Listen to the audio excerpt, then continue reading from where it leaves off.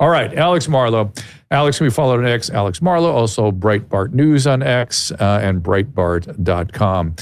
We're going to talk a little about the weaponization of America's legal system. Welcome, Alex. Dr. Drew, it's so great to be with you, and I would love it if you would want to write up for me at Breitbart a list of reasons to actually wear the mask, because I feel like the only good one these days is so I know who not to talk to when I'm at a cocktail party or whatever. Well, I just found out there's an airline not to take either. I just discovered because they're advocating overhead. Apparently they announce be respectful of people wearing masks. Okay, I'll be flying United. It is something though that is a good reminder. A lot of those things, like Corolla's famous "click it or ticket" sign on the 405 that no one needs. We actually do need to be reminded to be respectful of the mask people, because I instantly want to be disrespectful the second I see the mask. It's nice to be reminded. I feel actually have like I have an empathic response. At first I have curiosity. It's like, really, why are you doing that? Why? And then I just think, what have we done to these people? Look what we've done to them. They're walking around with paper over their mouth and nose. Well, but Dr. Drew, what about you makes you like that? Because I was thinking about, my wife who's a physician and how I don't think she'd have an empathic reaction because she deals with actual illness. She deals with people who have cancer. And so most of the mask people you assume are walking around and they're just neurotic and sociopathic and hypochondriacs or whatever it is. But you got to figure most of them are not, have something great. That's doing great harm. I think most of them will be signaling something. Hey, I just think it's the right thing to do, signal. Which is okay. With those people, I have no patience. But if other people were to say to me, I keep hearing about this stuff, I'm afraid I'm going to get sick. I'm interacting with the public all day. It scares me. I'm scared. That's pathetic. And there's a general like. All right, I think I'm going to say this out loud. In America, we had a reputation always for being sort of can-do and courageous and willing to go out into the frontier and go to Western Europe and help out. When did we become such pussies? Can we pinpoint it? I mean, I think it's when we ran out of major problems. It's probably the 90s when we were like doing good. And then it was just like, we got to create some new problems that we got to solve. And even if they're really small and light, but this is such a powerful thing though, because we used to have this spirit of adventure. We used to have this spirit of danger, and now we don't have any of that. And it's all frowned upon. They all try to squash it out of little boys who have it. And it's not good. It's not a good track. It's not healthy for us. And we also seem sort of like allergic to leaders, like people that go, hey, follow me, let's go. Oh, toxic, narcissist, authoritarian. I got to stay away from that guy. As opposed to, all right, let's go. Let's take me in, boss. Let's go. Yeah, that's it. That fighting spirit, I think it is what drew a lot of people to Trump, I think, initially, which is, I guess what we're best known for at Breitbart is kind of catching that wave first. And the part of it is because people like that warrior ethos. And we used to have a lot of that in this country. And now we got the mask people for no good reason. I'm just having a flashback to speaking to Andrew Breitbart. I had a show on CNN, HLN. He came in, and I'd never met him before. And he was the smartest, nicest guy. And at the end of the interview, he pulled me aside and he said, I'm going to explain to you how things are working here. Things are not what you would think. And I've only recently understood what he was talking about, I think. Yeah. I'm very, very naive to how things were working in this country. And he died a week later. And it was really one of the great tragedies that I was really looking forward to getting to know him because he just seems so sincere and smart. Yeah, it's a big week for me because my book came out and you were nice enough to have me on so we could talk about it. But when you always think about yourself in these big weeks and who you owe the glory that you've had, who you owe it to, who are the people who meant the most. And Andrew was number one for me other than my parents. And he called so many shots. He was so prescient about the culture and how the need to win the culture wars. Do you know how much he would have loved this moment in the conservative movement where the left is represented by Lizzo and Rosie O'Donnell and we're represented by Sydney Sweeney now? And they just gave us Sydney Sweeney and they said, you can take her because she's hot and blonde and she's wearing jeans and we can't handle that anymore. We can only have very strange, exotic looking sex symbols for us. And Andrew would have loved that so much because he wanted us to be fun and we're finally fun. And I think that's why people like you come from LA and you've got an entertainment background, that you get your information out to people through entertainment, through culture. And Andrew would have loved that. That's interesting. I like that construct because I don't see myself as right or left or conservative. I always thought I was sort of libertarian and I'm very much in that zone, but the left has sort of moved away from me. I spent a lot of my career fighting the right. I mean, they were very against the morning after contraception and all these things, and they were just misreading the science. And that drove me crazy. And now here we are where science is being completely misrepresented again. And the left has picked it up now. I can't believe that it just goes from one side to the other. But to your point about Andrew, I didn't experience him as conservative. I experienced him as fun, smart, and distrustful of the way we were going with our government. Yeah, I think he thought of himself as sort of a factory setting liberal and someone who was a default liberal, and just that the conservatives, I think, appealed to him, I think, in terms of values, but they didn't appeal to him in terms of tactics. But then when he realized that it wasn't just the packaging, it really was the ideas and the track record that the left had was just so bad. And I think over time, I think that really did push Andrew in the direction of conservatism. Well, and there's a piece here that I think a lot of people miss, and I've lived long enough to kind of see it, where the right was seen as either religious excesses with their conservatism or these fat cat, white, 60-year-old males, circa 1960, mind you, with white, thin, skinny ties, sort of dark rim glasses. And that vibe about the right is so deep in the psyche of some of the people you see singing in Washington, D.C. now. Those are the people out there singing because Trump is, moving in the National Guard. That's the group that has that in their head. And it's just, that doesn't exist anymore. Andrew redefined a lot of both movements. I think that he looked at conservatives who were represented great ideas, but got them out through these columns, and they would wear bow ties and elbow patches. And he thought that was a really bad packaging for the good ideas. And then he thought the left would package it, be George Clooney, be all these celebrities, that Obama video that Will I Am made. And they had terrible ideas, but they were packaging it that way. And since we've kind of, as a conservative movement, conscientiously have moved away from that. We've got, these online influencers and NFL players, doing the Trump dance. And then the left is represented by the sort of joyless freak show that we see hand-wringing on cable news via Stephen Colbert, or so these crazy people marching in the streets. And so it seems like they're almost pro-criminal now. And I think that was a huge mistake. Yeah. Yeah. And Alex, and they also don't seem to grasp that they are the ensconced elite. They're the elite. The elite they hate is them. They have such a hatred for elite, but they don't appreciate that they are the elite.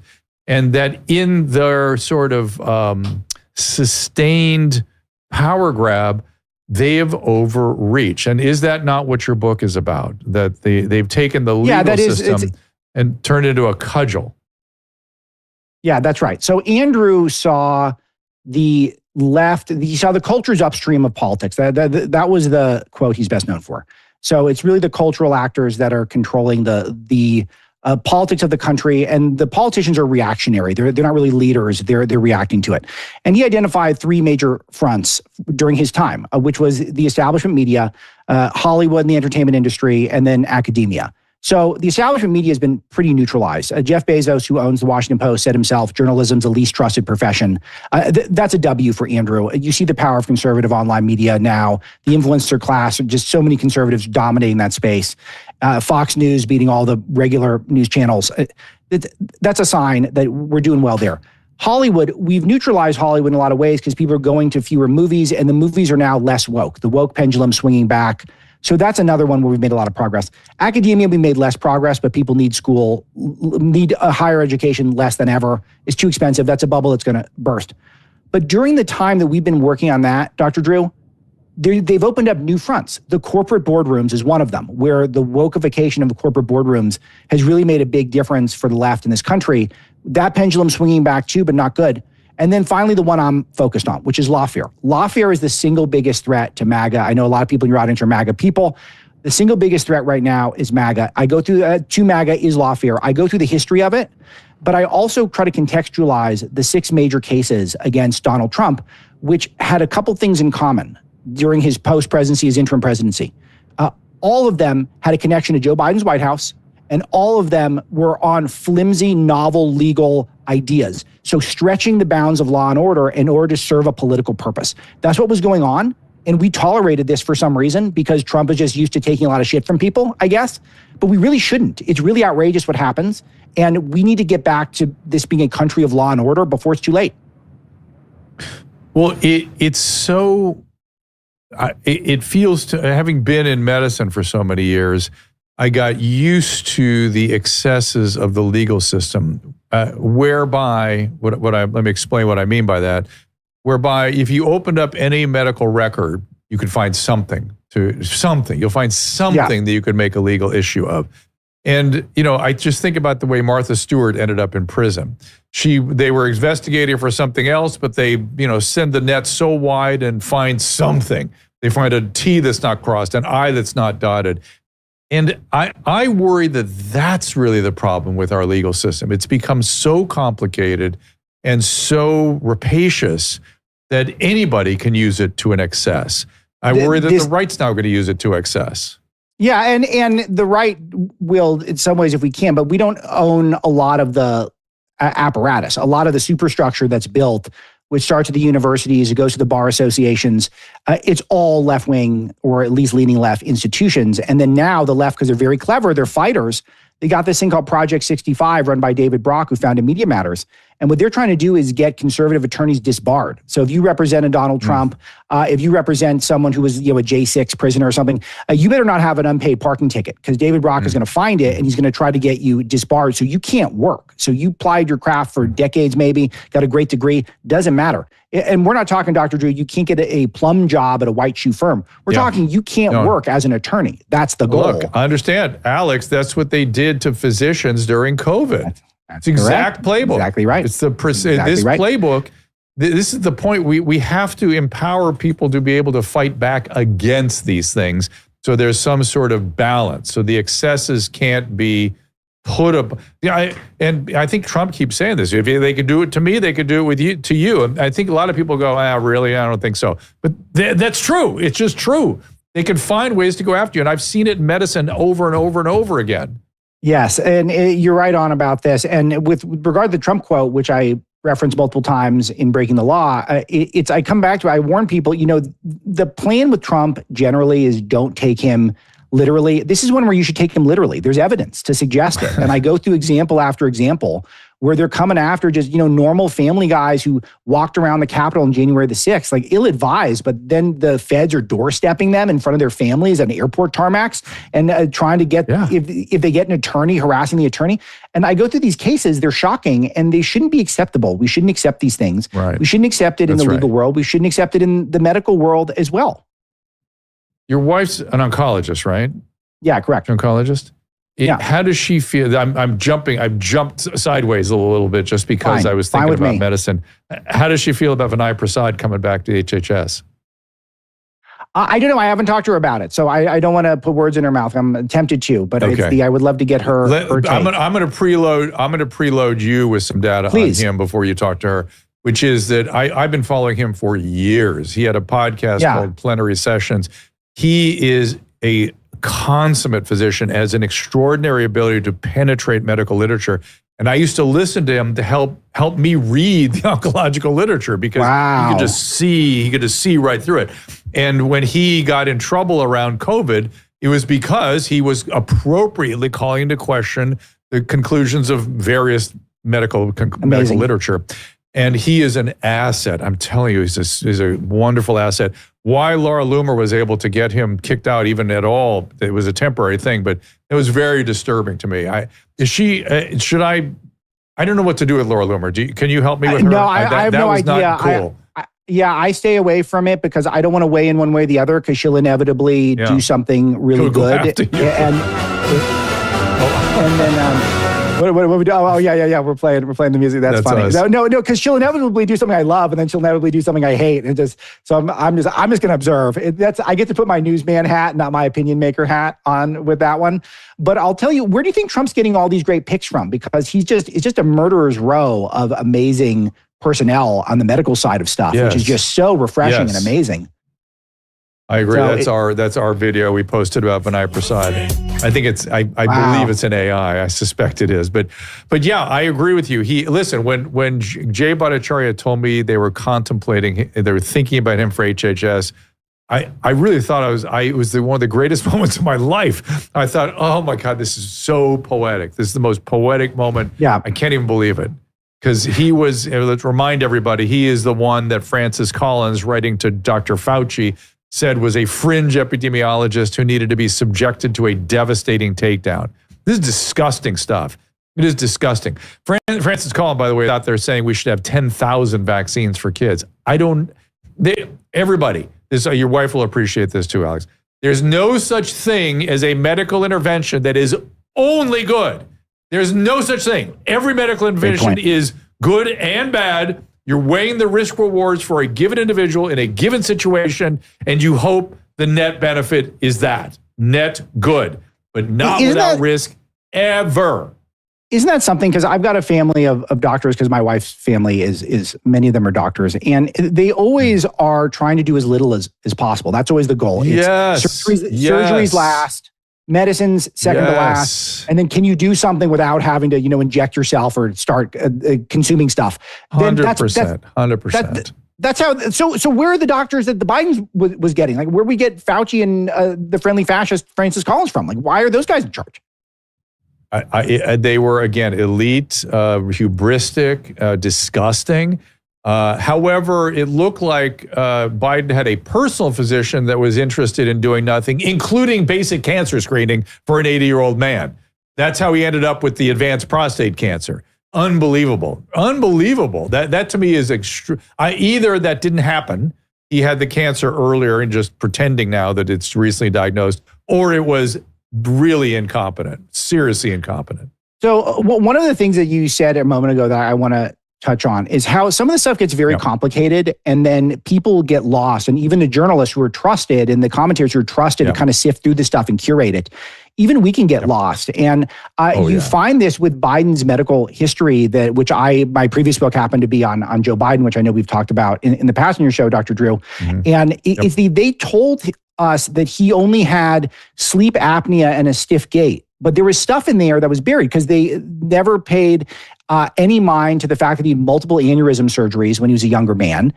They never paid any mind to the fact that with sleep apnea, which is a common thing, but they hid it for 15 years. And so why would they hide it for 15 years? Isn't that very suspicious? And then why we as the public and the media is lost. But why were we okay with that? That we have demanded more and had more outrage at the time. And it's hard to do. It's hard to break through with that. And then I feel like that's a service I can provide with the Breaking the Law book, is I'm trying to identify huge legal improprieties, huge illegalities, I think, when we have investigations, and they're happening. This is investigation season, and the book is your playbook for where the DOJ is likely to investigate.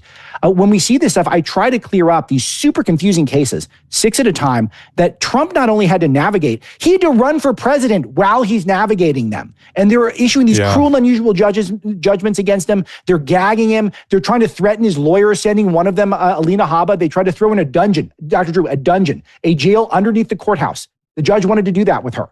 And then he's supposed to win an election during all this. It's so unjust. And we've had no accountability whatsoever.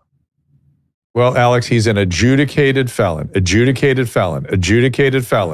are the talking points, evidently. What's going to happen when Schiff is an adjudicated felon? What's going to happen when these state attorney generals are adjudicated felons? How's this going to work? Are we just going to keep going back and forth? I think so, but I think that if you get people with integrity, they don't have these same problems. The shift one is just unbelievable because it looks like the statute of limitations might be up on some of the stuff, maybe not the mortgage stuff, but some of the things that the whistleblower was reporting. But I mean, it does look like dead to rights from those transcripts that he appeared to be trying to intentionally sabotage President Trump to frame him falsely as a Russian asset, to tie him to Russia in order to undermine the presidency of the United States of America. There's a dirty word for that, Dr. Drew, that starts with a T. And if this is what it looks like, there's got to be consequences. Or I'll tell you, the people in the MAGA movement who want promises made, promises kept, they want people held accountable. They're not going to look kindly on this. So it's really now, it's on the people in power now to hold these bad guys accountable. The shift is hitting the fan. See, I impressed my wife with that one. So, yeah. So, it is gravely concerning to me. I've been telling people that, I saw this narcissistic trend in our country because I worked in a psychiatric hospital since the early 80s, and I watched the diagnostic categories start to move towards cluster B, which is the narcissistic category. And in the 80s and early 90s, I noticed that borderline patients came in with at least 10 lawsuits under their belt. Every single one. Just every single one. Multiple. And they have something called projective identification, which they project out into the world their aggression and misery. And the legal system gave them the opportunity to do that. And in California, particularly, they started learning about frivolous lawsuits and people started having to pay for these lawsuits and they died down. Then I saw these same patients became lawyers and then they became judges. And that seems to be the trajectory of a lot of the excesses that, again, I like to sort of understand the human experience. And I'm not saying they shouldn't be judges, but when you see the excesses and the kind of some of the behaviors and aggression that's acted out through the legal system, that's who's there. That's who's in the driver's seat. And so naturally, these things become problematic. I didn't write about this in the book, and it makes a really interesting conversation now because I think this is true. I do think that for a personality type, the legal profession is going to select for people who are more controlling, maybe more of a God complex, the type of people who like the idea of controlling people's freedoms. And I think that is, look, I could not have written this book without brilliant lawyers who helped me along the way. I'm not an attorney, but I consulted with them constantly. Some of them do some of the most important work in the country, honestly. But I think in general, if you're taking a cross-section of hundreds of thousands or millions of them, I think you're looking for people who generally feel comfortable controlling people's freedoms. And that is not, it's not a great personality trait on net. It didn't used to be that way, though. I think that's the point I'm making. I think that's a new thing. I think in the past, it would be about sort of helping people thrive, frankly. How do you protect yourself? How do you build things? They were much more that direction. Now they're about getting the bad guy. And the bad guy, again, were these people they have in their heads as the bad guy, not understanding that now that they're in power, they're the people that they used to hate. That they don't understand that because they believe themselves to be wearing the white hat. And yet, because there is so much what we call projective identification, they're doing even more than the guys they used to hate. It's a mess. It's kind of a mess. I kind of hope these historical sweeps do tend to work themselves out, but usually maybe this is the crisis we're in, or we've been through it, or maybe COVID was the crisis. I want to hope that the crisis has come and gone, but I worry that there's more ahead. This one hasn't, and that's the last point of the book that I want to share is the crux of it is just sort of what Lawfare is, how we got here, and really how bad it was against Trump, and how no one's been held to account, and they should, mapping out who should be investigated, what heads should roll, and name names, all of that. And that's very exciting. But the last portion of it is a warning to people that this is happening now. I mentioned Project 65.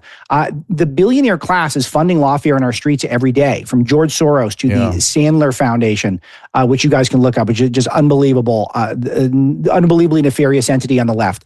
Reid Hoffman, who's a LinkedIn billionaire, bankrolling the phony E. Jean Carroll lawsuit, which wasted Trump's time, tried to embarrass him in order to rig the election. It ended up in a cruel and unusual fine of $90 million when I would love to get your diagnosis of what you observe about that woman. She is completely mental if you read my take on it and you go through the detail I provide. There's no other conclusion other than this person should not be trotted out in public. Like she should be left alone, basically. I got to read your book to see the data because I don't know her except for the accusations, which seem wild. And let's be, I know we went through a period where you believe all victims, believe all women, believe all victims. Yeah. But I'm here to tell you, again, having worked in a psych hospital, and you can say that is a self-selecting population, but believe me, it's not it's a significant percentage of who's out in the world.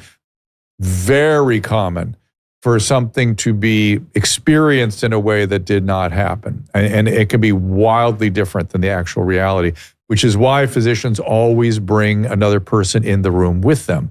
I've been accused of really wild things. And thankfully, I had a nurse with me. We documented everything. And it just was, again, a distortion, either because of drugs and alcohol or withdrawal or borderline personality disorder, where they literally perceive a different reality, severe borderlines. And I feel bad for them, but they don't get to harm other people because of those distortions. And it's this, believe everybody all the time. I don't know how we sort that one out. Because I do want people to be it doesn't make believed, any sense because that's a whole guilty until proven innocent framework just because someone's a male, which is you can't have a society like that. We need equal protection under the law. And when I go through, there's three tiers of justice in the country. There's normal people's justice. There's the justice for the Hillary Clintons and the James Clappers and the John Brennans who get MSNBC contributorships and they get book deals for what they do. And then there's the Trump tier, which is that you may have not even committed a crime and they're going to figure out a way to indict you for it because they hate your politics. Yes. That should not be acceptable to people. And I don't know why we're I do know why we're blowing through it. It's because Trump won. But that is not an excuse because they're going to come back at us again even harder than they did before. And so what is it they imagine they're doing? This is the part I have trouble with. I mean, what is this? Are they vigilantes for socialism? Yeah. And that's just how they're going to do it. Because it's such an odd thing to be not understanding that you're hurting people. I mean, I guess, every socialist movement has always hurt so many people in the name of good. But is it the same impulse? No, it's about power. So it's a power thing. With the left, political power is the most important thing in their lives. It's more important than family. It's more important than career. It's more important than God. That is their number one collectively. Of course, there are exceptions, but they collectively, the people who are running the left-wing apparatus in this country, everything they do is about in preserving and enhancing their power. And so you can always see it. I was tipped off to this when I was at Berkeley, and one of the clubs was called BAM, by any means necessary. This was a affirmative action group, but I was always struck by that. Any means, like violence, like depriving people of civil rights, conspiring to keep their rights from them. You would go to that level to get your political goal. Conservatives aren't like that in general. We make our mistakes and we could spend time talking about those, but that's not our thing. That's what the left does. And then when Trump comes in and not only takes all their power, but steals a bunch of their best ideas, like we're in too many foreign wars and we need to look out for the working class. And then he also proves them wrong over and over again. They say the border can't be secured. He kind of secures it in like 6 months. And then he's going to clean up DC crime and everyone's going to go, oh, wow, I guess we could have done that ourselves. But they choose not to, then it's very infuriating to them. It's so easy. And Trump was saying that the other day. He was talking, I heard somebody said he was interviewing him and he said, this governing thing is pretty easy. Just secure the border, settle conflicts, lower rates, just stimulate the economy. But where has the right, in your opinion, gone off the rail? What have their mistakes been of late? Well, I think we're long term. We got ourselves trapped into a couple of bad trends. One was the military-industrial complex, very real. I went to D.C., I got there in 2013, and I thought, there's no way that's real. Like, I was a National Review reading Republican. I thought, there's no way we're just sending people to war because it's going to hurt the bottom line of a defense contractor if we don't. But, we're doing that absolutely all the time. And that was pretty freaking shocking to me that was not a conspiracy. That's a real thing. That's an obvious one. And then I guess currently, I think we're doing a little bit of the pandering to what gets the most attention, what's the most provocative online at the expense of truth. Truth has always been a conservative value, and It's never been a left-wing value because of what I mentioned, is that truth is at best secondary to achieving power. So they're willing to lie in order to get power because they think the ends justify the means there. We've always valued truth. And I think a lot of our most popular provocateurs now who are really good at being provocative and entertaining are doing that over being truthful with their audiences. And I don't love that. I understand it, but I don't love it. And I'm seeing it more and more. I am 1,000% with you. I think and to ascend to some approximation of the truth is our task. It's a task as a scientist. Yes. It's a task as a participant in society. I mean, truth matters. And if we don't return ourselves to truth, we end up in some place where everything is relative, including harming people. And as you say, the social ill is always done in the name of good. Alex, what's on your mind going forward? Where should people find you? What do you want them to be prepared for with your upcoming podcasts, publications, books? Thank you. Yeah, it would mean a lot if you picked up a copy of Breaking the Law. You will enjoy it. There's a lot of good stuff here. You'll learn a lot, and it will get you primed up for when the investigations come down. And I think it's a warning to keep people involved and fired up to engage in the civic process as well. So it's my shortest book. People are saying it's my best one that I've written. So that would mean a lot. Podcasting, wherever you get your podcasts, Rumble, YouTube, Apple, Spotify. Dr. Drew, we had a great episode. It was a long form, like an hour, so people can check that out if they want an entree into what I'm doing. And Breitbart.com for all your news. Alex, good to talk to you again. Thank you so much for being here. Alex at Breitbart, where you can find Alex, and I will look forward to reading that book. Dr. Drew, thank you so much. Let me get you a copy when I get off air here. All right. 1,000%. Thank you, Alex. See you.